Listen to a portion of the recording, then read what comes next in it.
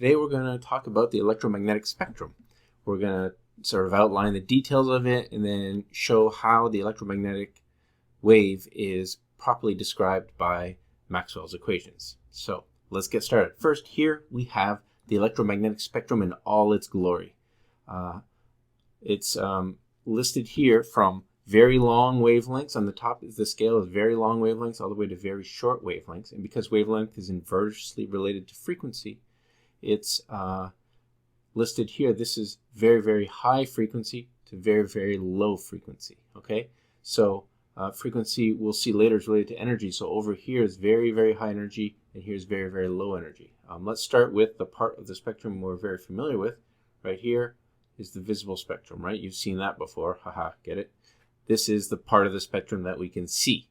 And it is, in terms of wavelength, it's between about 10 to the minus 7 or 10 to the minus 6 meters in wavelength, or in nanometers. We usually represent nanometers because it goes from 400 to 700 nanometers. So at 400 nanometers we have the red stuff, and all the way, red, orange, yellow, green, blue, indigo, violet, Roy G. Biv, all the way up to the violet, which is about 700 nanometers.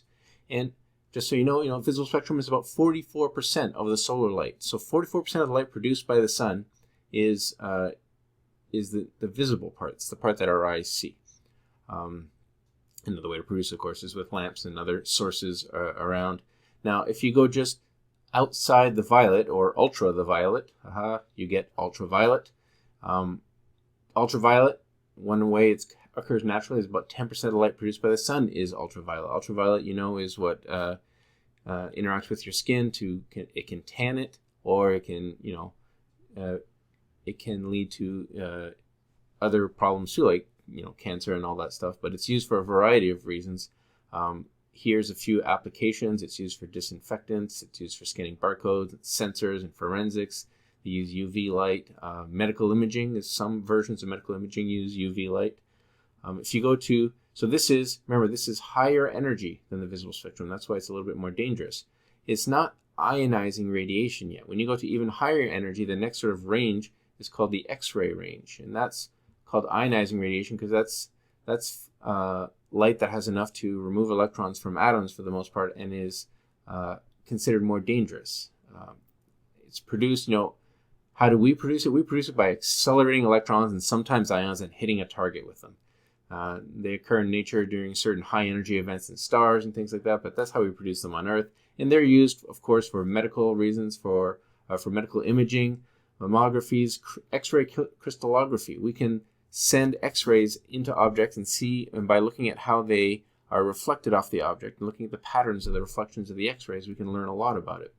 And we'll talk about that a little bit later in the semester. Airport security, also microscopy, X-ray microscopy. You go to even higher energy. These are the highest energy rays in the universe, are gamma rays. They are very short wavelength, very high frequency, 10 to the 20 hertz.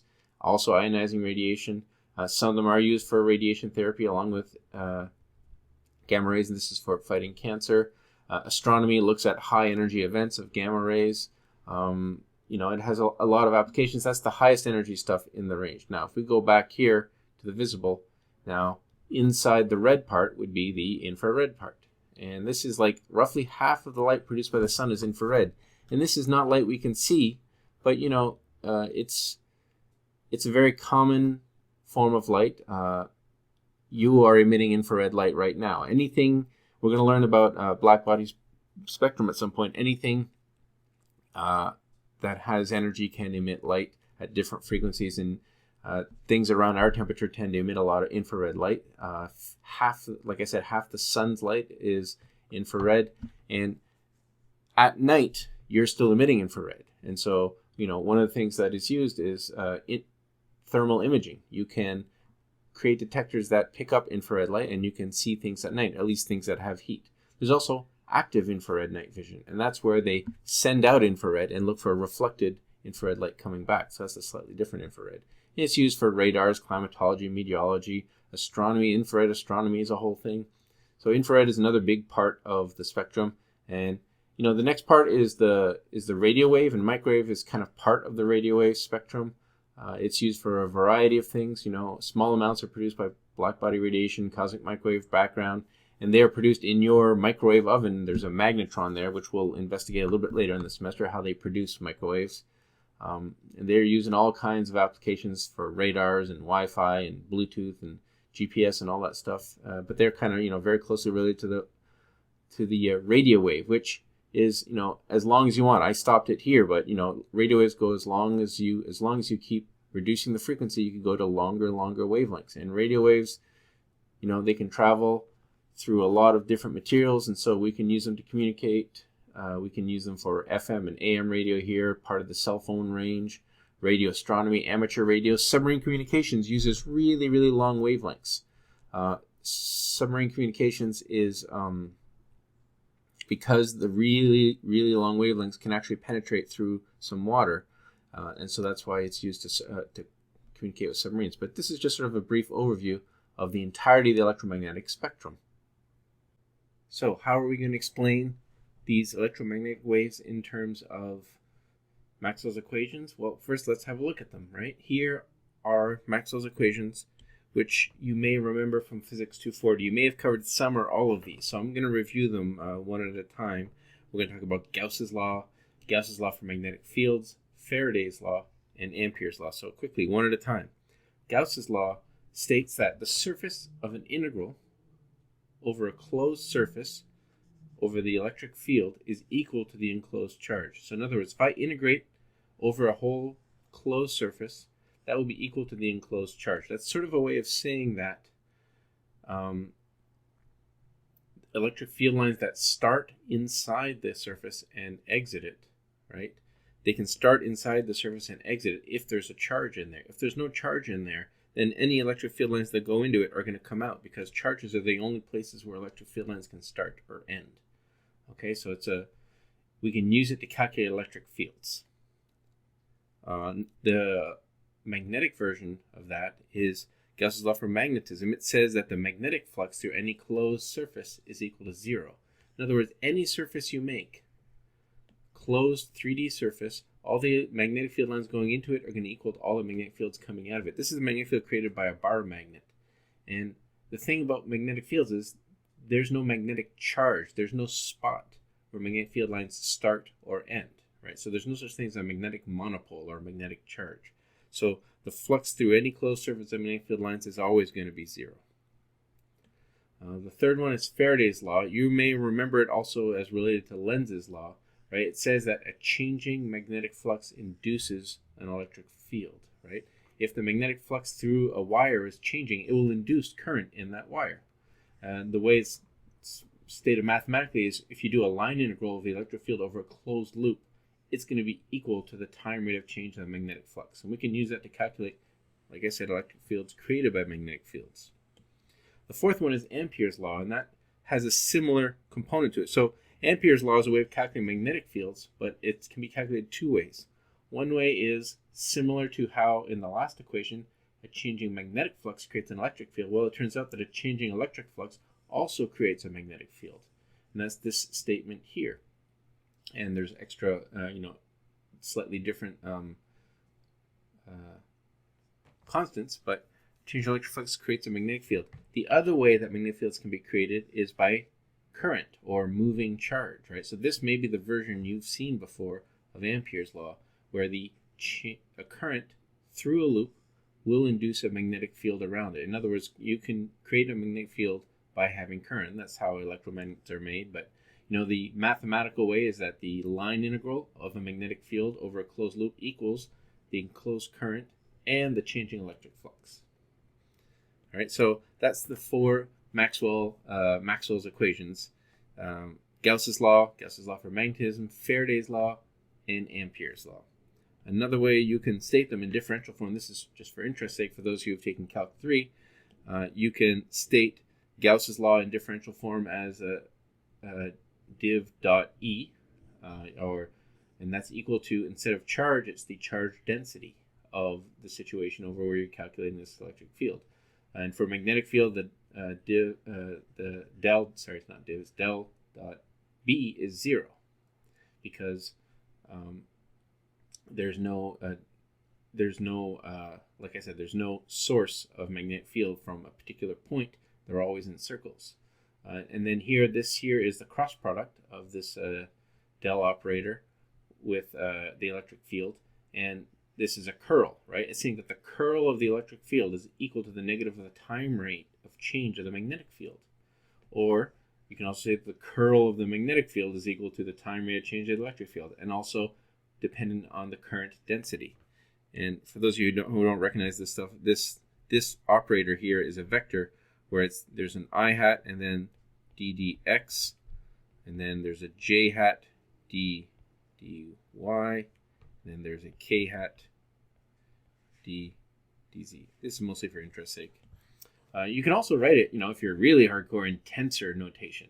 Tensors is an advanced way of showing these things, right? This here is the electromagnetic tensor, and it's a 4x4 matrix with electric field components and magnetic field components. There's the 4 current tensor, and there's a 4 gradient, which is sort of a 4-dimensional version of a derivative, where there's a time derivative, and then this represents 3 space component derivatives. So, yeah, once again, we want to use this to explain changing electromagnetic fields, right? So we're interested in electric fields that induce magnetic fields and magnetic fields that induce electric fields, right? So how this leads to this and this leads to this. So we're going to be looking at source free. In other words, we're going to look at versions where there's no charge and no current, all right? So the source free version of that is going to look something like this, all right? A little bit more symmetric here, but we can work with this. We can say, can we figure out a way to use this to describe electromagnetic radiation? Well, let's think about electromagnetic radiation real quick. Let's say I have a battery attached to 2 hunks of metal here. Here's a battery, here's 2 conductors, right? And this says positively charged, this says negatively charged. So that's going to be positive electric field, negative electric field. So there's going to be electric field lines that go from here to here and here to here. Now, what happens when this starts changing? Let's say when I first turn on the battery, the electric field starts from nothing and starts increasing. So I have an electric field line here that's increasing. That's going to induce a perpendicular magnetic field here, represented by these X's or these dots. So that as the electric field's increasing, remember that a changing electric field induces a magnetic field.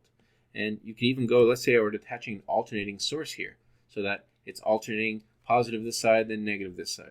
Positive, goes back and forth because the source is changing. So it's going to have this alternating electric and magnetic field that's going to move out over time, right? So a little bit later on, the electric field here is created earlier, and now this is the electric field created by the current value. And as it oscillates back and forth, it's going to create an electric field oscillating one way then the other, one way then the other, which is going to induce a magnetic field oscillating one way then the other, one way then the other. And that's the basic principle of an electromagnetic wave. Here's a snapshot of an electromagnetic wave coming towards us. All right, so imagine point P is one point along the electromagnetic wave, and it's coming right at us. So there's an electric field pointing upwards, and perpendicular to that, there's a magnetic field pointing to the left. And so that's one way of representing an electromagnetic field. Here it is at several points as it's traveling towards us. Here, the electric field is pointing straight up, magnetic field is pointing straight to the left.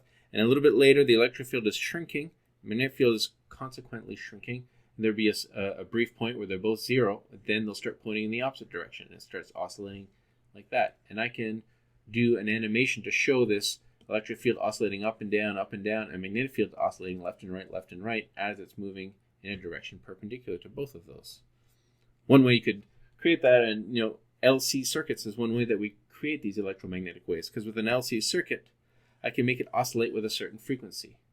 And then that'll induce a current in here, and we can attach it to an antenna such that the current is flowing one way then the other, one way then the other, and that will create an electromagnetic wave oscillating outwards. I have a little demo to show you that oscillating wave back and forth. So here's another way of representing electromagnetic radiation traveling along here. This is the x-axis, and it's traveling along the x-axis, and we have the magnetic field oscillating back and forth along the y-axis, and we have the electric field oscillating back and forth along the z-axis. So you can see that the electric and the magnetic field are always perpendicular to each other, and they're always traveling in a direction perpendicular to both the electric and the magnetic field. And so at if I were to pause it at here, so you see at this instant right here, the the electric field at this point is strongly pointing in the negative y-axis. Or sorry, this is the electric field strongly along the negative y-axis, and that's at this point. It's at any point where x is equal to this. So if I were to move out along the y-axis, it will also be here, or move up along the z-axis. There's like it's like a plane wave. We imagine these sort of slices of electromagnetic wave traveling along this direction. This tells you how strong, these arrows tell you how strong the electric and magnetic fields are as they're traveling. So let's do this. Let's just plug some numbers in. Let's assume that the form of the electromagnetic wave traveling in the plus x direction has an electric field in the y component and a magnetic field in the z component, and then everything else is zero. So here it is. Let's assume this is what the wave looks like. It's traveling in the x direction, so there's an electric field pointing up and down. All right? And there's a magnetic up and down along the y-axis, and there's a magnetic field pointing out and back in the z-axis along according to these axes here.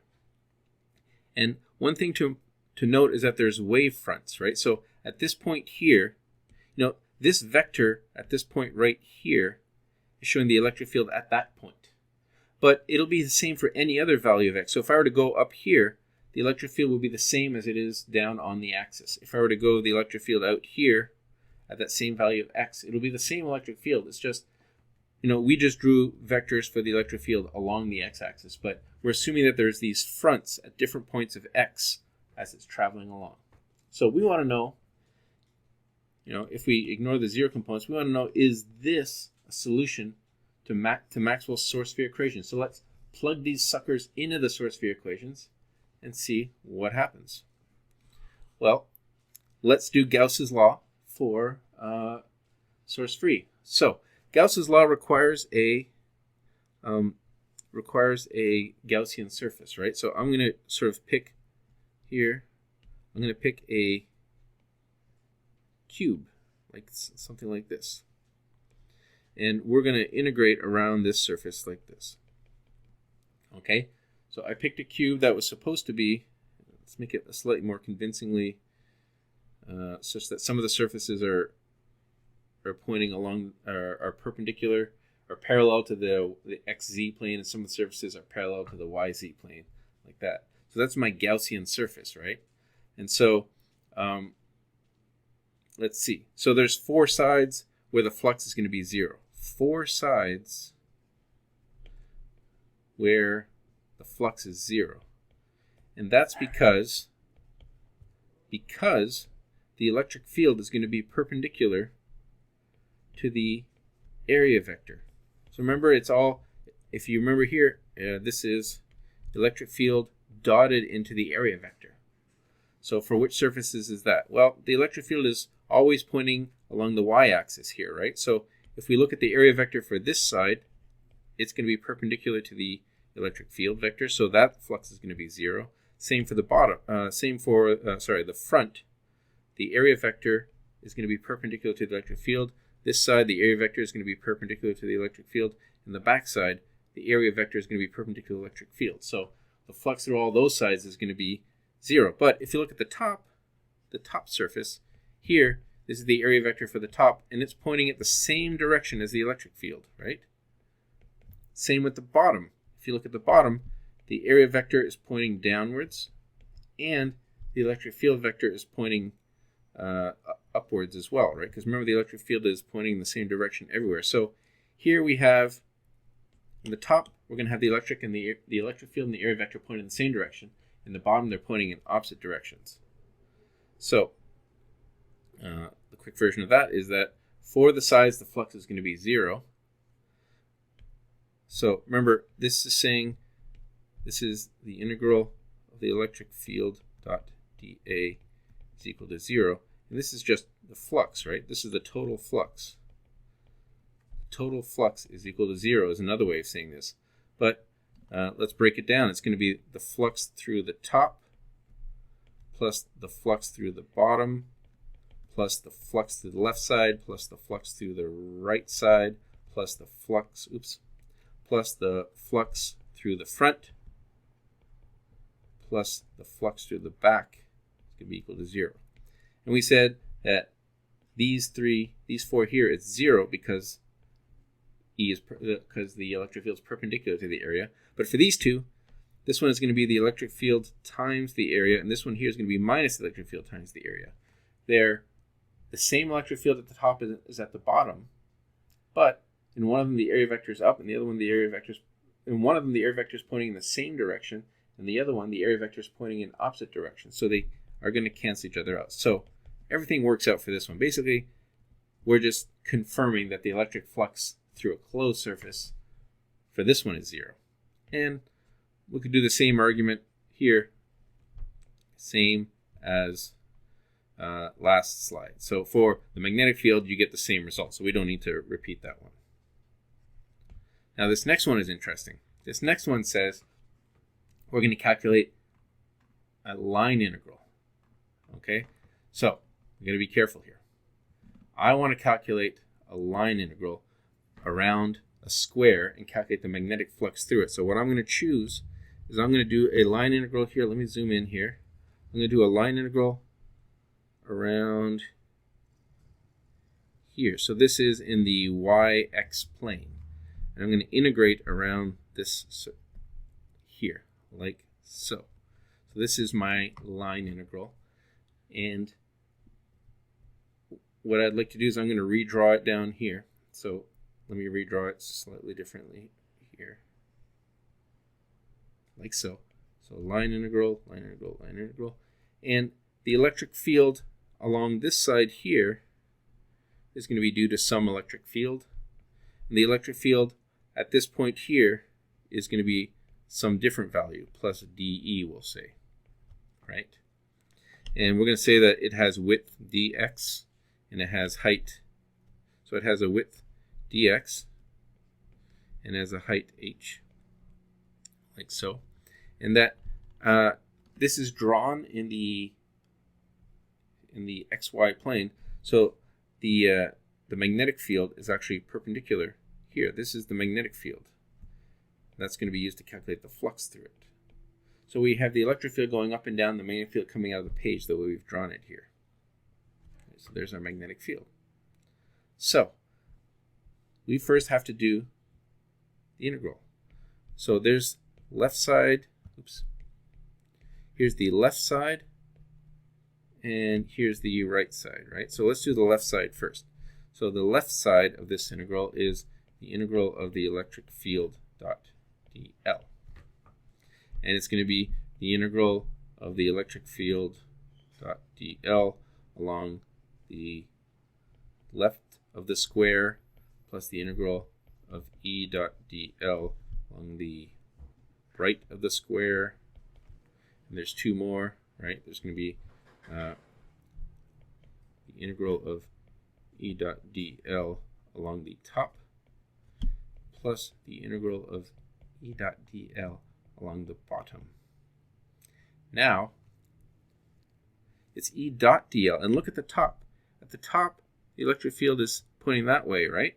And the bottom. And you notice that the electric field is perpendicular to dl, because dl is going right to left, but the electric field is pointing upwards, so that's going to be 0. So the top and the bottom is going to be 0 because the electric field is perpendicular, right? So this one here, these are both 0 because the electric field is perpendicular to dl. Okay? And now the bottom and the right is just going to be it's going to be the electric field at those, the left and the right is going to be the electric field at those points dotted into the direction, right? So this is going to be the electric field times the length of the side times the angle between them. So you notice that dl is going down, but the electric field is going up. Let's make sure that's clear. The electric field is going up.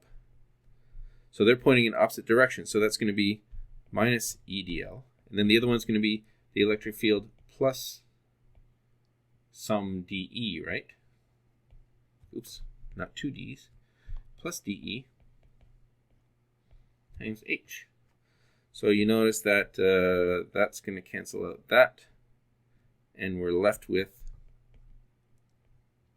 h dE. So that's the left side.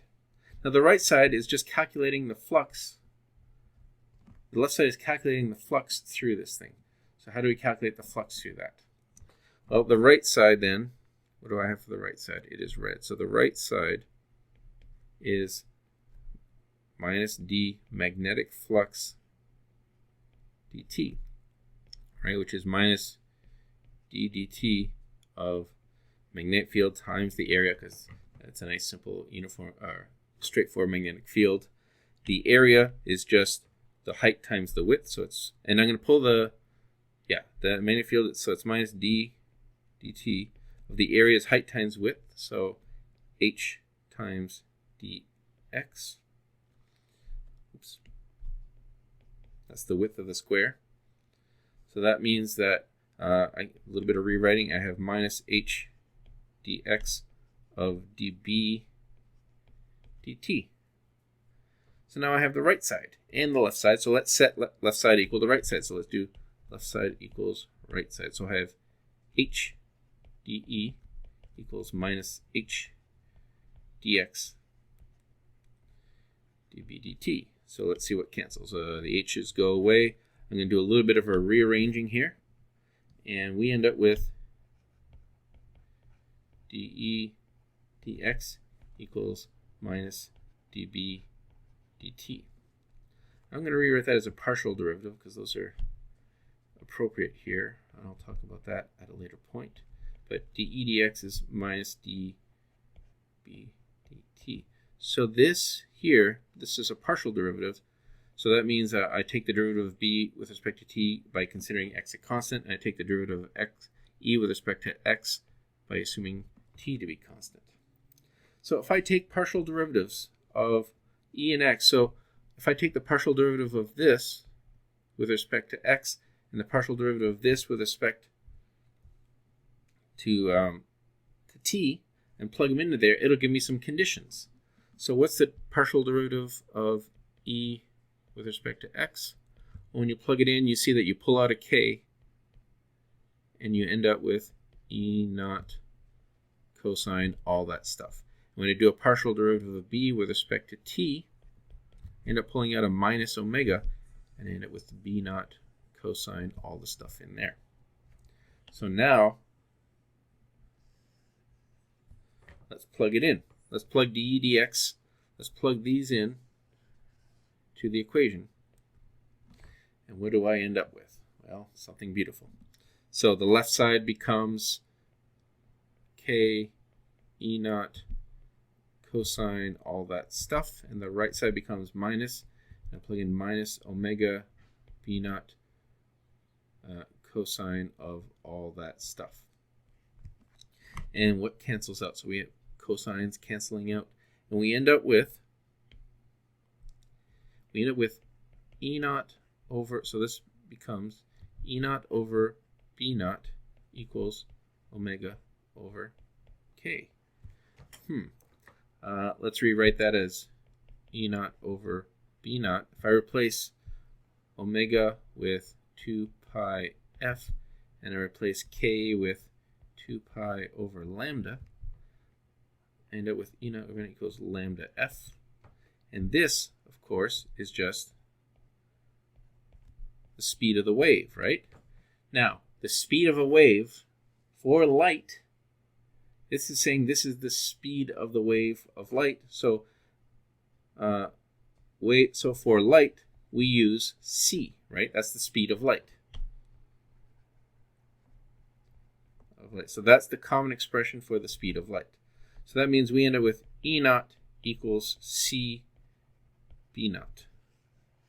So what's interesting is our plane wave, that wave we said could be a solution, is a solution to this only if the magnitude of E is related to the magnitude of B by the speed of light. Why not? Let's assume that's the case, and we're going to learn that this works out very well. Okay, so this is a solution to Faraday's law only if the magnitude of the electric field in the plane wave is related to the magnitude of the magnetic field in the plane wave by a factor of c. Is that the case? All right, so what do we got here? So the next one, it's very similar, right? You do a similar derivation. We're not going to go in detail, but it's similar. You do your little, a little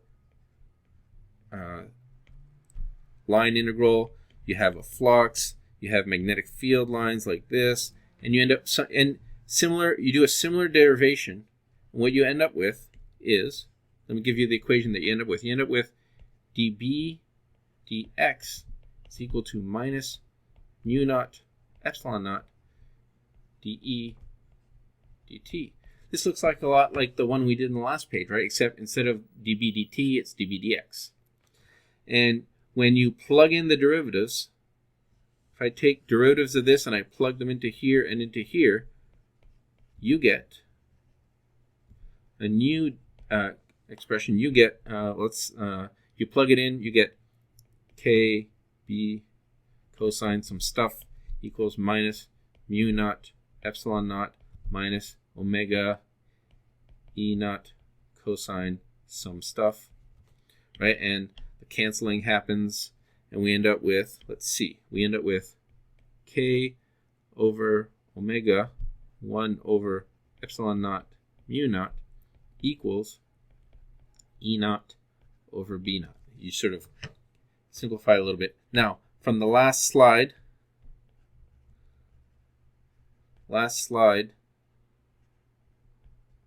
this says that this is equal to c. That's equal to the speed of light, right? We got that in the last slide, that e naught over b naught is equal to c. And we also know that this here, that k over omega is equal to lambda f, which is equal to c. So that's also equal to c.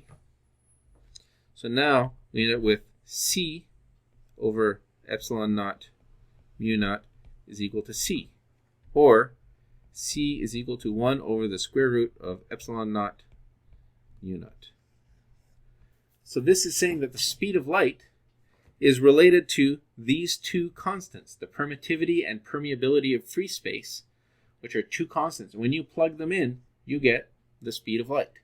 So assuming a plane wave and plugging into Maxwell's equations, we get an expression for the speed of light in terms of some constants. And it turns out to be a very accurate prediction of the speed of light. That's kind of amazing. So by assuming that the plane wave looks like this and plugging it into Maxwell's equations, we got an expression for the speed of light in terms of epsilon naught and mu naught, and we got an expression for the relationship of the amplitude of these waves and their relationship to each other. And we showed that that Maxwell's equations describe electromagnetic radiation and that they predict the speed of light very, very accurately.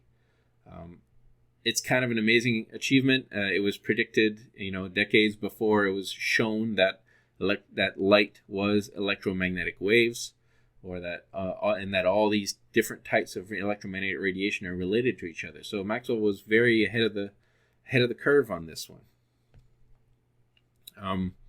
Just as sort of a simple calculation based on this stuff, an electromagnetic wave has an electric field with an amplitude of 20 volts per meter. 20 volts per meter. What is the amplitude of the B field? Well, you just use this equation here, right? This equation here. So the amplitude of the B field will be the amplitude of the electric field divided by C. So it'll be 20 volts per meter divided by, we'll just approximate C as 3 times 10 to the 8 meters per second. That's pretty good for now for the speed of light. That's a good approximation. So we get that the magnetic field is 2/3 times 10 to the minus 7 Tesla. Or I guess I should round that. 0.667 times 10 to the minus 7 Tesla, right? So that's the relationship between those two. What if I told you this is the Z component of the magnetic field for an electromagnetic wave? So this is for an EM wave. We're assuming it's for an EM wave.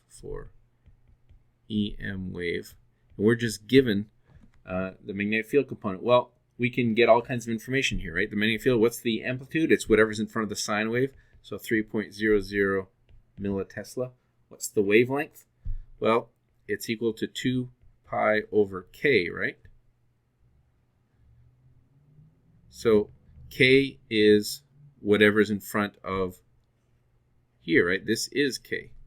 So it's going to be 2 pi over 1.00 times 10 to the minus 7 inverse meters. So that works out to about 2 pi times 10. That's 10 to the plus 7, so this ends up being 10 to the minus 7 meters. To get the frequency, well, the frequency, here, let's do this here. So the frequency is equal to c over lambda. So 3.00 times 10 to the 8 meters per second divided by 2 pi times 10 to the minus 7 meters. And that works out to a frequency of about 4.78 times 10 to the 14 hertz. And for E naught, since we know B naught, we can get E naught, right? E naught is just going to be C B naught. So when you plug it in, you get about 9.00 times 10 to the 5 volts per meter.